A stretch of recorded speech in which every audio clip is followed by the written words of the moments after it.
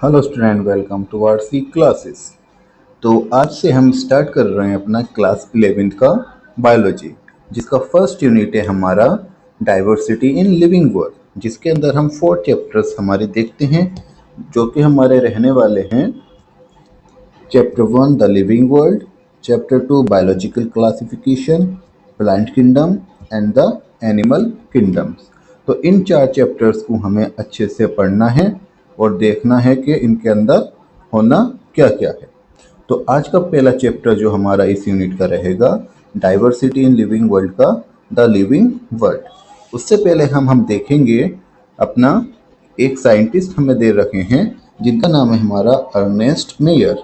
जो Ernest mayor हैं, इन्होंने अपना 100 साल कंट्रीब्यूट किया, 100 साल की 100 ईयर्स ऑफ ईयर्स की इन्होंने एज पाई।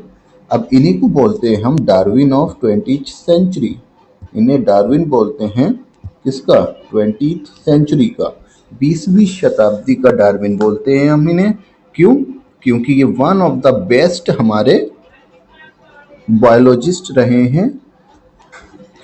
इनका जन्म हुआ था 5 जुलाई 1904 में कैम्पटन में। अब इन्हें जो है ना बायोलॉजी की फील्ड में 3 प्राइज मिल चुके हैं, जिन्हें हम CBI से याद रख सकते हैं। एक इन्हें मिला था जो C से हम याद रखेंगे, क्रेफोर्ड प्राइज 1999 में। B से याद रखना है हमें बेल्जन प्राइज 1983 में, और इंटरनेशनल प्राइज फॉर बायोलॉजी 1994 में। तो CBI से हम याद रखेंगे। ट्रिपल क्राउन ऑफ बायोलॉजी से नवाजे जा चुके हैं ये, डार्विन ऑफ 20th सेंचुरी हैं। अब सबसे इम्पोर्टेंट चीज़ इनके बारे में जो इन्होंने हमें दिया था, वो क्या दिया था? बायोलॉजिकल कॉन्सेप्ट दिया था इन्होंने हमें। किसका? बायोलॉजिकल कॉन्सेप्ट दिया था इन्होंने हमें। किसके बारे में? स्पेशीज़ के बारे में, कि दो जो भी स्पेशीज़ होती हैं वो आपस में इंटरब्रीड तो करती हैं, लेकिन वो रिप्रोडक्टिवली आइसोलेट रहती हैं। तो बायोलॉजिकल कॉन्सेप्ट जो था हमारा, वो किसने दिया था? अर्नेस्ट मेयर ने। तो अर्नेस्ट मेयर के बारे में इतनी बातें याद रखनी है हमें। डार्विन ऑफ 20th सेंचुरी बोलते हैं इन्हें हम। CBI मतलब ट्रिपल क्राउन ऑफ बायोलॉजी से नवाजा गया है इन्हें। बेल्जन प्राइज है, इंटरनेशनल प्राइज फॉर बायोलॉजी है, और हमारा क्या है? बेल्जन प्राइज है, international prize for biology and the Crafoord prize. और उसके बाद जो सबसे इम्पोर्टेंट चीज़ इन्होंने क्या बताया था हमारा, इन्होंने बायोलॉजिकल कॉन्सेप्ट दिया था स्पीशीज के बारे में।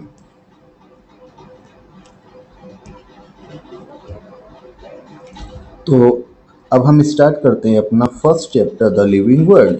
तो फर्स्ट चैप्टर है हमारा the living world. The living world, अब लिविंग होता क्या है, हम कैसे क्लासिफाई करते हैं?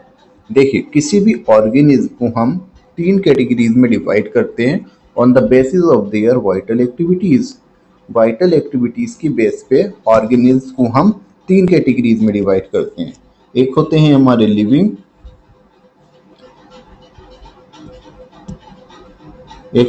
लिविंग, जिनके अंदर वाइटल एक्टिविटीज़ प्रेजेंट होती हैं। एक होते हैं नॉन लिविंग, जिनके अंदर वाइटल एक्टिविटीज़ हमारी एब्सेंट होती हैं।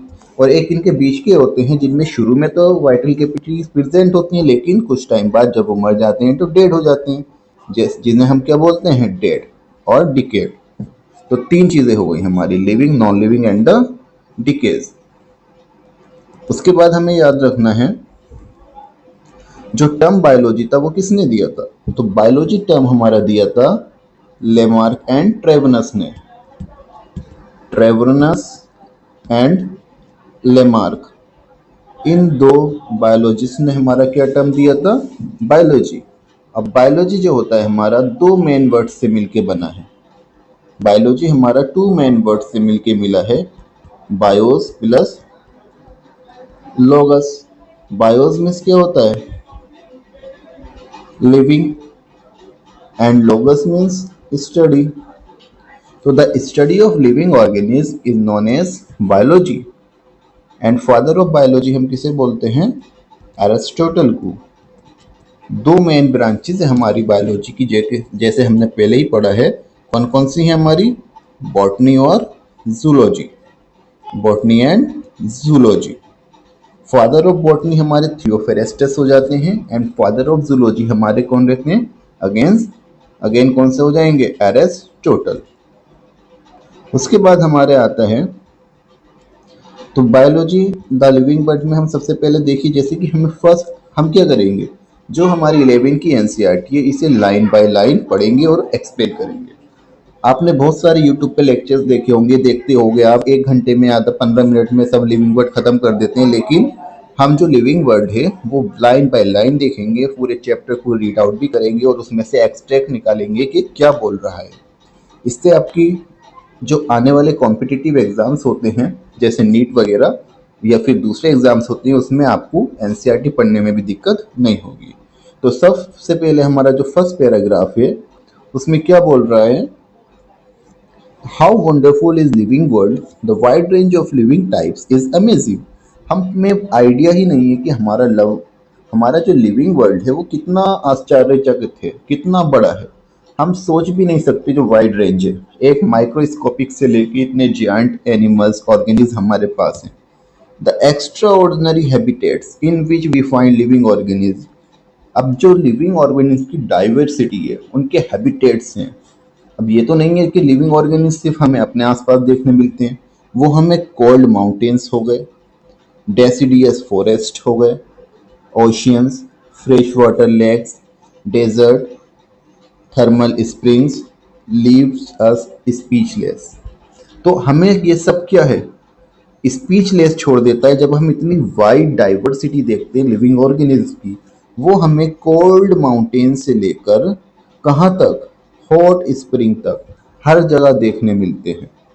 The beauty of a galloping horse, किसी जब घोड़े को हम घिनघिनाते हुए देखते हैं तो वो एक हमें फैसिनेटिंग अलग ही दिखता है। द माइग्रेटरी बर्ड्स, और जो माइग्रेटरी बर्ड्स हमारे माइग्रेट करते हैं एक प्लेस से दूसरे प्लेस पर।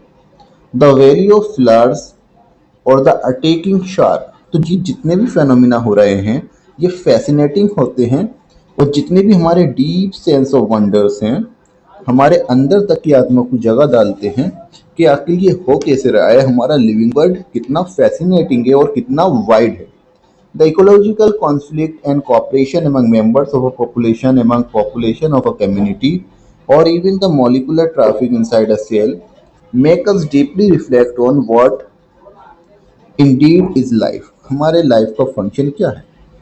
अब इसे हम दो वे में अपना इम्प्लीकेट कर सकते हैं। This question has two implicits within it. तो अपने आप में इसके दो क्वेश्चन है। एक तो जो फर्स्ट वाला हो जाएगा हमारा क्या हो जाएगा, जो फर्स्ट है हमारा वो क्या हो जाएगा, टेक्निकल वन, जिसमें what is living is oppose the non living. तो फर्स्ट क्वेश्चन क्या आ जाता है, लिविंग क्या है, जो लिविंग का नॉन लिविंग का अपोज करे वो क्या है, लिविंग। और सेकंड हमारा फिलोसफिकल आ जाता है कि one thing answer what is the purpose of life, हमारी लाइफ का पर्पस क्या है। तो as scientist we shall not attempt answering the, तो एज जैसे कि हम बायोलॉजी पढ़ रहे हैं, हम साइंटिफिक अप्रोच रखेंगे तो हम फर्स्ट क्वेश्चन पे ज़्यादा फोकस करेंगे, फिलोसफिकल बाजी पर ज़्यादा फोकस नहीं करेंगे। तो उसके बाद आता है हमारा फिर, तो हमें किस पे फोकस करना है, व्हाट इज लिविंग, लिविंग क्या है, वो भी साइंटिफिक वे में। तो सबसे पहले हमें किसके बारे में करना है, diversity in the living world, कि लिविंग वर्ल्ड हमारा है क्या, उसके बारे में हमें देखना है। तो लिविंग वर्ल्ड क्या है हमारा, उसकी डाइवर्सिटी देखनी है हमें।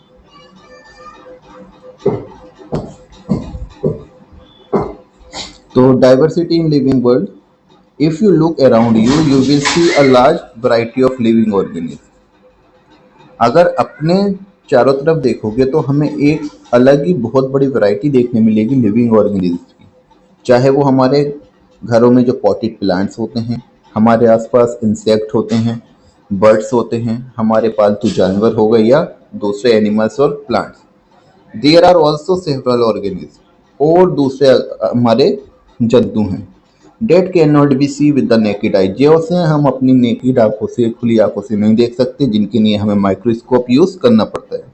तो if you were to increase the area you can make observation, जैसे जैसे हम एरिया स्पेस करते फिरेंगे, वाइड रेंज में जाएंगे, हमें और वैरायटी ऑफ ऑर्गेनिज्म देखने मिलेगी।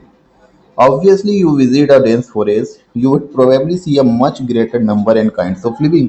तो जैसे जैसे हम ज़्यादा जाएंगे फॉर एग्जाम्पल हम डेंस फॉरेस्ट में जाते हैं, उसके अंदर जितना अंदर जाते जाते हमें उतने नए नए ऑर्गेनिज्म देखने मिलते हैं। रिप्रेजेंट अ स्पीशीज, तो each different kind of animal, plants और ऑर्गेनिज्म दैट यू सी, वो अपने आप में किसे रिप्रेजेंट करता है? स्पीशीज को। अब स्पीशीज होता क्या है, देखिए स्पीशीज किसे बोलते हैं हम? तो स्पीशीज क्या होता है? Group of individuals. जो स्पीशीज है हमारा, स्पीशीज होते क्या है? ग्रुप होता है ऐसे इंडिविजुअल्स का जो कैसे होते हैं? इंडिविजुअल्स ऑफ सेम काइंड, एक ही तरह के दिखें, एंड इंटरब्रीड, और क्या कर सकें वो आपस में? इंटरब्रीड कर सके। तो ऐसे ऑर्गेनिज्म जो क्या कर सके? इंटरब्रीड कर सके आपस में और एक ही तरह के हों, उन्हें क्या बोलते हैं हम? Species. For example human species, हमारी स्पीशीज अलग है, हम यहाँ पर हैं। अमेरिका में जो है ना ह्यूमन की स्पीशीज हमें एक जैसी मिलेगी, देखने मिलेगी, ये अलग स्पीशीज तो सेम रहेगी। तो अलग अलग स्पीशीज हमें अलग अलग जगह देखने मिलेगी। दिस रेफर्स टू बायोडाइवर्सिटी और द नंबर ऑफ, तो इसी को क्या बोलते हैं हम? बायोडाइवर्सिटी। यहीं पे बायोडाइवर्सिटी समझ लेते हैं हम। बायोडाइवर्सिटी क्या होता है हमारा? तो बायोडाइवर्सिटी क्या हो जाता है हमारा? The different type of organism. तो बायोडाइवर्सिटी क्या होता है? Different types of organism whether plants और animal present on the earth. हमारी अर्थ पे अलग अलग तरह के जितने भी ऑर्गेनिज्म प्रेजेंट हैं उसी को क्या बोलते हैं हम? बायोडाइवर्सिटी। और जो बायोडाइवर्सिटी की हमारी रेंज है वो कितनी है? 1.7 टू 1.8 मिलियन। तो हमारा जो अर्थ है अप्रोक्सीमेट, उस पर हमें कितनी स्पीशीज देखने मिलती हैं? 1.7 टू 1.8 मिलियन ऑफ स्पीशीज। तो कितनी range of biodiversity? 1.7 to 1.8 millions of species. NEET में ये बहुत बार हमारा पूछा भी गया है, बोर्ड एग्जाम्स में भी पूछा जाता है, मल्टीपल में दे सकता है, आपको वेरी शॉर्ट में पूछ सकता है। तो इसी का हमसे वाली टाइम कन्वर्जन करके भी पूछ लेता है। तो इंडियन सिस्टम में ये कितना हो जाता है? 17 लैक्स टू 18 लैक्स। तो जो बायोडाइवर्सिटी की रेंज है वो कितनी है? 17 से 18 लाख स्पीशीज। उसके बाद तो बायोडाइवर्सिटी क्या हो गया? The different types of flora and fauna present on the earth surface. We should remember how at we explore new areas and even old ones, new organism are continuously being identified. तो जैसे जैसे हम नई जगह पे जाते हैं हमें नए नए ऑर्गेनिज्म देखने को मिलते हैं। As stated earlier, there are millions of plants and animals in the world. तो ऐसे हमारे लाखों करोड़ों एनिमल्स और प्लांट्स हैं वर्ल्ड में, जिन्हें हम उनके एरिया वाइज उन्हें उनके लोकल नेम से जानते हैं। फॉर एग्जाम्पल कुक्कू जैसे, यहाँ पर तो हम उसे कोयल बोल रहे हैं, किसी और जगह पे कुछ और बोलते होंगे। इसी तरह हमारा और स्पीशीज आते हैं। तो उसके बाद नेक्स्ट आता है हमारा व्हाट इज नॉमेनक्लेचर। तो नेक्स्ट क्या आ जाएगा हमारा? What is nomenclature. नॉमेनक्लेचर क्या होता है? देखो किसी भी ऑर्गेनिज्म को जब हम, जैसे घर में हमारे बेबी बच्चा कोई पैदा होता है तो मम्मी पापा क्या करते हैं? सबसे पहले उसके पैदा होने के बाद उसका नामकरण होता है। तो इस नामकरण को ही हम क्या बोलते हैं? नॉमेनक्लेचर। तो द प्रोसेस ऑफ क्या हो जाता है नॉमेनक्लेचर में? The process of giving name. वो प्रोसेस जिसके अंदर हम किसी भी ऑर्गेनिज्म को उसका नेम देते हैं उसी को क्या बोलते हैं हम? नॉमेनक्लेचर। तो नॉमेनक्लेचर क्या हो जाएगा? कि जिससे पूरे वर्ल्ड में वो स्पीशीज एक ही नाम से जानी जाए, साइंटिफिक नेम, तो उसी को क्या बोलेंगे? The process of naming is known as nomenclature. अब उसके बाद आता है हमारा व्हाट इज आइडेंटिफिकेशन। आइडेंटिफिकेशन क्या होता है? जैसे फॉर एग्जाम्पल हमें किसी स्पीशीज की न्यू डिस्कवरी की है, तो सबसे पहले हम उसे क्या करते हैं? उसके करेक्टर्स देखते हैं कि क्या करेक्टर्स हैं उसके, कहाँ से किससे मिल रहा है, ये कौन सी स्पीशीज से मिल रहा है, उसको आइडेंटिफाई करते हैं। किसी भी चीज़ को जानना, आइडेंटिफिकेशन। तो we know that organism name is attached, this is identification. तो क्या करते हैं? उसे डिस्क्राइब करके उसके फीचर्स देखते हैं, आइडेंटिफाई करते हैं। In order to facilitate the study, number of scientists has established procedure to assign a scientific name to each organism.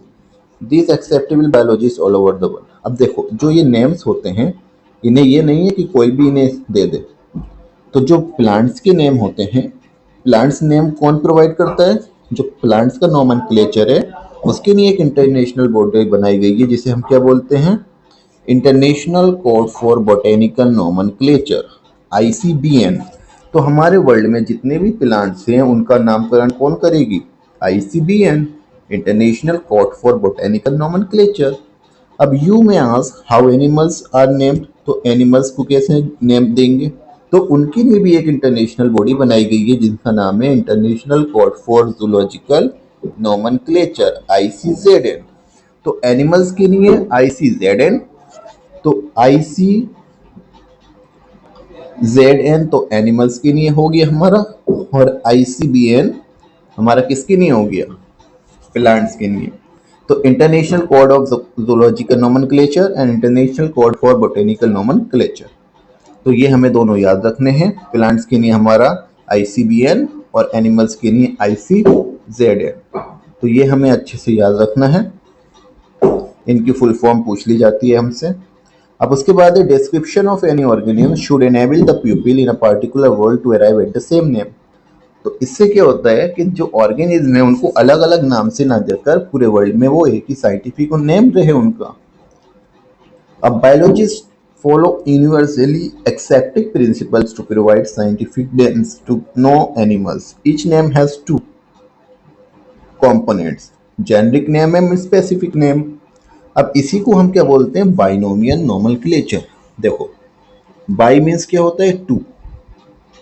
तो बाइनोमियल में क्या हो जाएगा? ऐसा नेम, ऐसा साइंटिफिक नेम जिसके दो पार्ट होते हैं। कौन कौन से? एक तो उसका जेनरिक नेम होता है और एक उसका स्पेसिफिक एपिथेट होता है। तो ऐसा बायोलॉजिकल नेम जिसमें दो पार्ट हों, एक जेनरिक नेम और एक स्पेसिफिक नेम, उसी को क्या बोलते हैं हम? Binomial nomenclature. अब ये बाइनोमियल नोमेनक्लेचर हमारा किसने दिया था? कॉरोनस वॉन लीनियस। जो कॉरोनस वॉन लीनियस थे उन्होंने ही बायोलॉजिकल कॉन्सेप्ट दिया। अब इसमें होता क्या है, देखिए हमें दे भी रखा है इसमें। तो biological concept of binomial nomenclature किसने दिया? ये CB लीनियस ने। इन्होंने ही हमें आगे चलकर टैक्सोनॉमी दिया। फादर ऑफ टैक्सोनॉमी इन्हें बोला जाता है। सेक्सुअल सिस्टम ऑफ क्लासिफिकेशन दिया, टू किंगडम क्लासिफिकेशन। तो इन्होंने अच्छा खासा कंट्रीब्यूट दिया है बायोलॉजी में। अब फॉर एग्जांपल हमारे पास जैसे क्या है, हमने किसके एग्जांपल लिया? जैसे मैंगो। मैंगो में अब हम जब इसे साइंटिफिक नेम लिखेंगे तो मैंगो का साइंटिफिक नेम हमारा होता क्या है? Mangifera indica. तो मैंजीफेरा इंडिका हमारा क्या हो जाता है? Scientific name. तो इसमें देखना बच्चों, ध्यान से देखना, इस पे फोकस करना है हमें। जो हमारा मैंजीफेरा इंडिका है, इसमें जो फर्स्ट नेम हो गया ये जेनरिक नेम हो गया, मैंजीफेरा जेनरा से आ गया, और इंडिका इंडियन स्पीशीज है इसलिए इंडिका। तो दो नाम हो गए। कौन कौन से? एक जेनरिक नेम जो मैंजीफेरा और एक स्पीशीज नेम इंडिका। तो दो नेम आ गए, तो बाइनोमियल नोमेनक्लेचर। अब कुछ रूल्स होते हैं हमारे बाइनोमियल नोमेनक्लेचर्स के। तो biological names are generally in Latin, इन्हें हमें अच्छे से समझना है। जो बायोलॉजिकल नेम्स होते हैं वो कैसे होते हैं? Generally in Latin and written in italics. अब इटैलिक फॉर्म तो आपको पता ही होगा, ऐसे थोड़ा सा टेढ़ा जो लिखते हैं। दे आर लैटिनाइज्ड और drive from the Latin irrespective of their origin. तो बायोलॉजिकल नेम्स हमारे लैटिन में होते हैं और जब हमने लिखते हैं तो हम इटैलिक्स में लिखते हैं।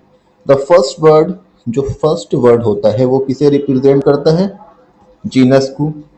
And the second component denote specific epithet, तो स्पेशीज को डिनोट करता है। Both the words in biological names when handwritten are separately underlined और printed in italics to indicate their Latin origin. तो दोनों को अलग अलग अंडरलाइन करते हैं और इटैलिक्स में लिखते हैं to indicate their Latin origin. उसके बाद फोर्थ रहने वाला है हमारा जो रूल आ जाएगा, the first word denoting first word denoting the genus start with capital letter. जो फर्स्ट वर्ड होगा उसे हम कैपिटल लेटर से स्टार्ट करेंगे, जबकि जो हमारे स्पेसिफिक एपिथेट सेकंड लेटर जो होगा उसे हम स्मॉल लेटर से स्टार्ट करेंगे। जैसे मैंने आपको एग्जांपल दिया था मैंजीफेरा इंडिका, जो इसका फर्स्ट लेटर है एम, वो कैपिटल से स्टार्ट होगा। इंडिका का फर्स्ट लेटर किससे स्टार्ट होगा? स्मॉल आई से। और ये कैसा लिखा हुआ है देखिए, इटैलिक्स में लिखा हुआ है, टेढ़ा सा लिखा हुआ है, थोड़ा टेढ़ा लिखा हुआ है ना। तो ये हमारे कुछ रूल्स रहते हैं बाइनोमियल नोमेनक्लेचर के लिए। अब इसे क्या है, हमें अच्छे से लर्न कर लेना है, हमसे पूछ लिए जाते हैं और नीट के अंदर तो सेम यही स्टेटमेंट आते हैं, बस थोड़ा सा नोट इनकरेक्ट लगा के आपको कंफ्यूज कर देता है। अब क्या होता है, अगर किसी में किसी का हमसे क्या पूछ लिया कि किसने इसे एक्सप्लेन किया है, तो उसके लिए हम साइंटिस्ट को, ऑथर को एप्रेस करने के लिए इसके आगे क्या लगा देते हैं, ऑथर का नेम एब्रीवेटेड फॉर्म में लिख देते हैं। जैसे हमारा मैंगीफेरा इंडिका, तो मैंगीफेरा इंडिका हमारा मैंगो का साइंटिफिक नेम हो गया, तो मैंगीफेरा इसका जेनेरिक नेम, इंडिका इसकी स्पेशीज, और लीनियर जो लीनियस का लिन आ गया, ये एब्रीवेटेड फॉर्म क्या होगा इसका, ऑथर्स नेम के उन ऑथर, इस मतलब इस साइंटिस्ट ने इसे डिस्कवर किया है। उसके बाद नेक्स्ट कैटेगरी आती है हमारी क्लासिफिकेशन। तो क्लासिफिकेशन क्या रहता है हमारा, अरे जब हमें सारी चीज़ें मिल जाती हैं, किसी चीज़ को आइडेंटिफाई कर लेते हैं, उसका नामकरण कर देते हैं, तो उसे क्लासिफाई करना पड़ता है। तो क्लासिफिकेशन क्या हो जाता है, classification is the process by which anything is grouped into convenient categories based on some easily observable characters. तो किसी के ऑब्जर्वेबल कैरेक्टर्स को देख के हम उसे डिफरेंट ग्रुप्स में कैटेगराइज करते हैं, उसी को बोलते हैं हम classification. For example we easily recognise group such as plants और एनिमल, डॉग, कैट्स और इंसेक्ट। तो हमें पता होता है, आसानी से देख के बता देते हैं, अगर डॉग दिखा तो ये एक एनिमल किंगडम से है, प्लांट्स दिखा तो प्लांट किंगडम से है, फंजाई दिखा तो फंजाई किंगडम से है। तो the moment we use any terms we associate certain characters with the organism in this group. What image do you think when you think a dog? तो जैसे ही dog के बारे में सोचते हैं हम, नाम आता है तो हमारे पास पूरी उसकी पिक्चर आ जाती है बन के।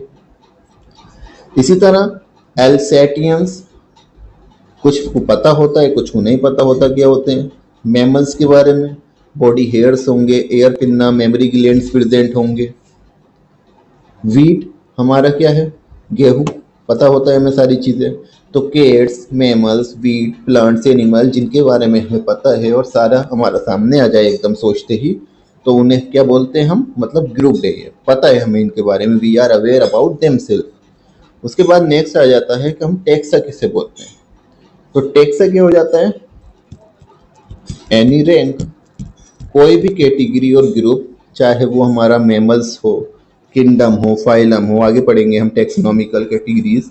तो किसी भी टेक्सा, किसी भी रैंक को हम क्या बोल देते हैं, टेक्सा। टेक्सा से ही हमारा बनेगा टेक्सोनॉमी। तो नेक्स्ट हमारा आता है फिर टेक्सोनॉमी। नेक्स्ट क्या आ जाएगा हमारा, टैक्सोनॉमी। अब इसे अच्छे से समझना है, टैक्सोनॉमी क्या होता है।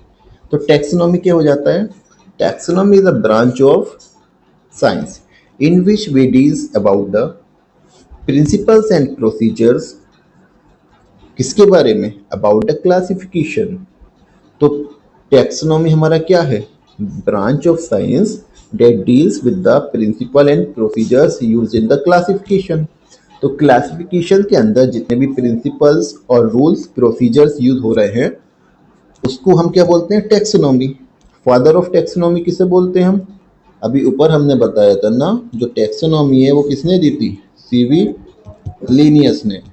तो फादर ऑफ टैक्सोनॉमी भी इन्हीं को हम बोलते हैं। तो फादर ऑफ टैक्सोनॉमी भी किसे बोलते हैं, सीवी लीनियस।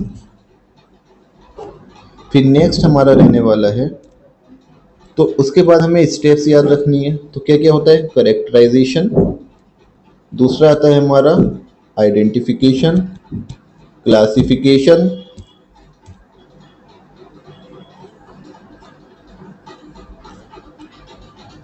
तो हमारा क्या क्या आता है,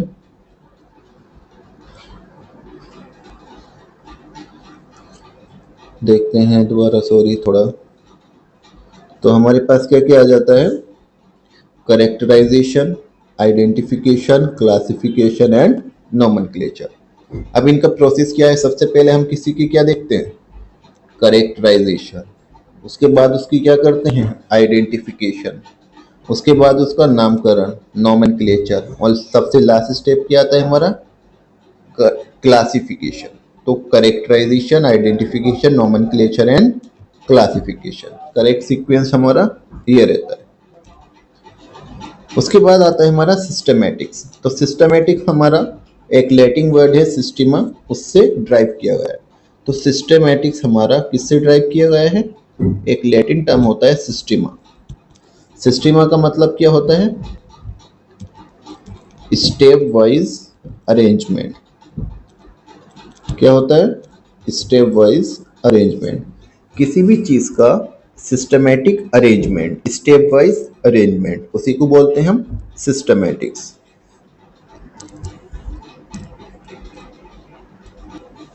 तो हमें दे भी रखा है Latin word systema which means systematic arrangement of organism. और इसमें एक चीज और आ जाती है हमारी सिस्टमैटिक्स के साथ, क्या आती है इसमें? यहाँ पे एक चीज और याद रखनी है हमें। क्या याद रखना है? सिस्टीमा नेचर। सिस्टीमा नेचर ये किसकी बुक थी? सीवी लीनियस की। तो लीनियस ने एक बुक भी लिखी जिसका नाम क्या था? सिस्टीमा नेचर। उनकी पब्लिकेशन का टाइटल ही यही था, जिसमें उन्होंने क्लासिफिकेशन के बारे में बताया। अब सिस्टमैटिक्स में होता क्या है? और सिस्टमैटिक्स में देखिए, यहीं पे समझ लीजिए, जो सिस्टमैटिक होता है हमारा, सिस्टमैटिक्स में हम क्या करते हैं? सिस्टमैटिक में दो चीजें ले लेते हैं हम। टैक्सोनॉमी के साथ किसी भी ऑर्गेनिज्म की फाइलोजेनी ले लेते हैं, फाइलोजेनेटिक रिलेशनशिप, उसकी इवोल्यूशन हिस्ट्री ले लेते हैं टैक्सोनॉमिक के साथ, उसी को बोल देते हैं हम सिस्टमैटिक्स। तो नेक्स्ट टॉपिक रहेगा हमारा टैक्सोनॉमिक कैटेगरीज, जो हम कल देखेंगे। तो अगर आपको सेशन पसंद आया हो तो प्लीज़ चैनल को लाइक कीजिए, शेयर कीजिए और सब्सक्राइब कीजिए। मेरा वादा है आपसे कि मैं आपको लाइन बाय लाइन एनसीईआरटी पूरी अच्छे से करा दूंगा। तो आज हमने जो जो पढ़ा है एक बार थोड़ा सा रिवाइज कर लेते हैं। फर्स्ट यूनिट हमने देखी है डाइवर्सिटी इन लिविंग वर्ल्ड। इसके अंदर हमारे 4 चैप्टर्स रहने वाले हैं: the living world, biological classification, plant kingdom and the animal kingdom. उसके बाद हमने देखा था अर्नेस्ट मेयर के बारे में। इन्हें डार्विन ऑफ 20वीं सेंचुरी बोलते हैं। इन्होंने बायोलॉजिकल कॉन्सेप्ट ऑफ स्पीशीज दिया हमारा। बायोलॉजी के ट्रिपल क्राउन से नवाजा गया इन्हें, जिसमें 3 प्राइज थे इनके। सीबीआई से याद रखेंगे, Crafoord prize, Benson prize and international prize for biology. उसके बाद हमने क्या देखा था? यहाँ से हमारा फर्स्ट चैप्टर स्टार्ट हुआ था, द लिविंग वर्ल्ड, मतलब जीवित संसार में भिन्नताएं। क्या क्या हमारे लिविंग वर्ल्ड में क्या क्या भिन्नताएं रहेंगी। उस सबसे पहले हमने इसका इंट्रोडक्शन देखा कि हमारा जो लिविंग वर्ल्ड है वो कितना फैसिनेटिंग है, कितना अट्रैक्टिव है, हमें डाइवर्सिटी अलग अलग देखने मिलती है। उसके बाद हमने डाइवर्सिटी देखी, डाइवर्सिटी की रेंज देखी। जो डाइवर्सिटी थी, रेंज थी, वो कितनी थी? 1.7 टू 1.8 मिलियन स्पीशीज। उसके बाद हमने बायोडाइवर्सिटी टर्म देखा। बायोडाइवर्सिटी हमारा different types of flora and flora present on the अर्थ। उसके बाद हमने नेमिंग देखी, नेमिंग ऑफ ऑर्गेनिज्म, जिसे हमने नोमेनक्लेचर बोला। उसके बाद जो करेक्टर्स को हम आइडेंटिफाई करते हैं, आइडेंटिफिकेशन देखा। उसके बाद जो नोमेनक्लेचर है वो कौन देता है? प्लांट्स के लिए ICBN एंड एनिमल्स के लिए ICZN। उसके बाद हमने देखा बाइनोमियल नोमेनक्लेचर।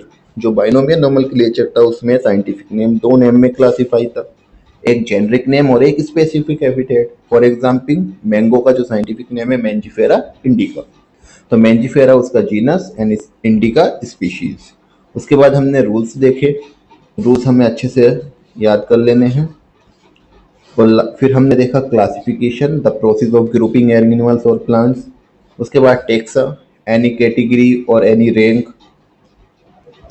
उसके बाद taxonomy, the principles and procedures which are used in classification. उसके बाद हमने देखा सिस्टमेटिक। जब टैक्सोनॉमी के साथ हम फाइलोजेनेटिक रिलेशनशिप देखते हैं किसी भी ऑर्गेनिल्स की, उसे क्या बोलते हैं हम? सिस्टमेटिक्स। उसके बाद हमने लीनियर की बुक का टाइटल देखा, सिस्टमा नेचर। तो होप आप सबको ये अच्छे से समझ में आया होगा।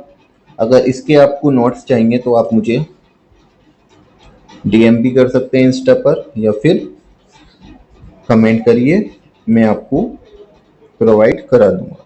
All the very best. Thank you very much.